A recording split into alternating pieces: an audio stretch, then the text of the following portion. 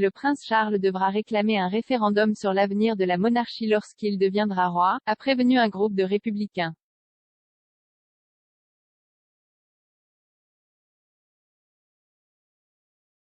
Ce fut une semaine mitigée pour le prince Charles la semaine dernière alors que le royal marquait son 73e anniversaire, mais a également été contraint de se mettre à la place de sa mère car la santé de la reine reste une préoccupation.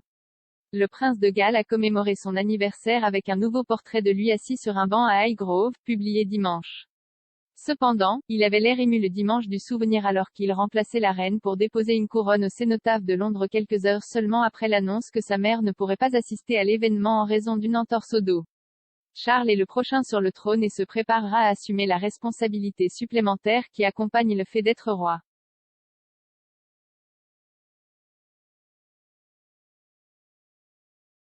Mais divers experts ont averti que le prince de Galles pourrait faire face à un certain nombre de défis.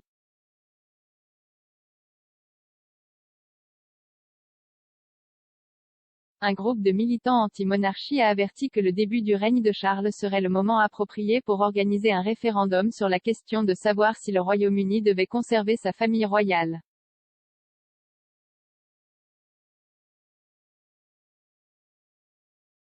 République, le groupe de campagne qui a appelé à l'abolition de la monarchie, affirme que la famille royale n'est pas l'attraction touristique inoffensive que certains pensent.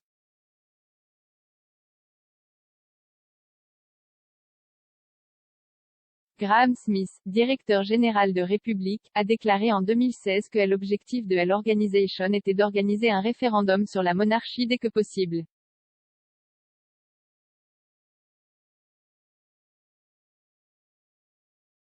Il a fait valoir que le début du règne de Charles pourrait accroître le républicanisme au Royaume-Uni.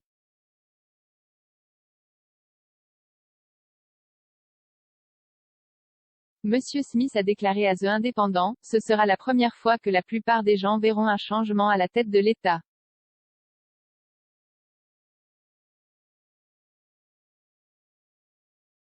Je pense que ça va être une expérience un peu étrange et choquante pour beaucoup de gens. Tout d'un coup, vous avez cet autre monarque qui a été hissé sur nous et aucun débat sur qui il va être.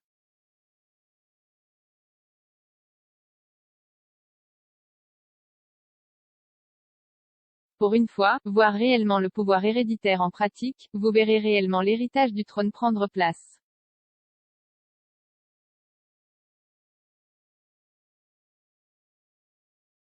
Il a ajouté, le référendum, vise à s'en débarrasser. Il doit s'agir d'un simple référendum sur la réforme constitutionnelle.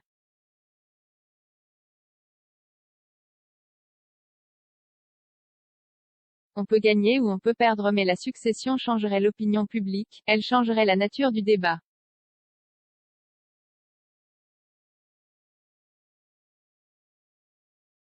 Je pense que la plupart de l'opinion publique est indifférente à tout cela et qu'une grande partie est liée à la reine. Au cours des 10 prochaines années, le débat va s'intensifier parce que les gens prendront conscience du fait que Charles se profile à l'horizon en tant que roi.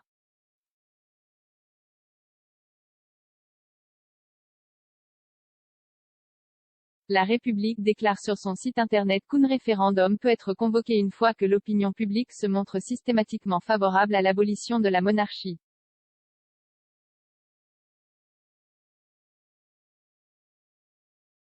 Le groupe plaide pour un nouveau chef d'État élu pour représenter le pays et une nouvelle constitution.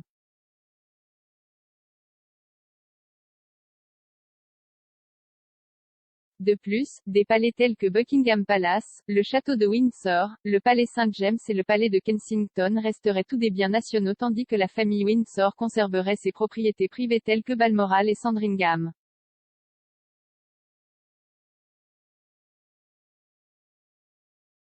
En septembre, un expert royal a également averti que la popularité de la reine rendrait la tâche très difficile à Charles.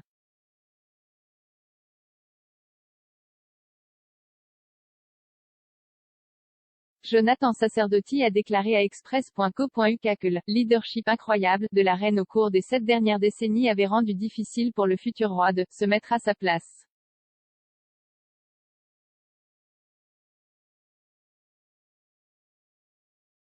Il a déclaré à Express.co.uk, c'est intéressant parce que je surveille de temps en temps les sondages que YouGov fait sur la popularité des membres de la famille royale. Ils ont une sorte de classement des personnes les plus populaires qui les montre en train d'aller haut et bas.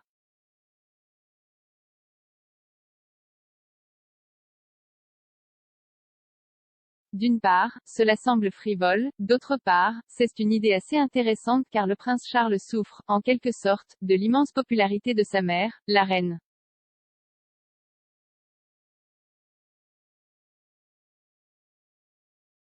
Je pense qu'il y a une façon dont c'est un léger problème pour lui et pour la monarchie en général, parce qu'elle est là depuis si longtemps, qu'il est n'y a personne qui puisse se souvenir de quoi que ce soit d'autre que la reine Elisabeth II de son vivant.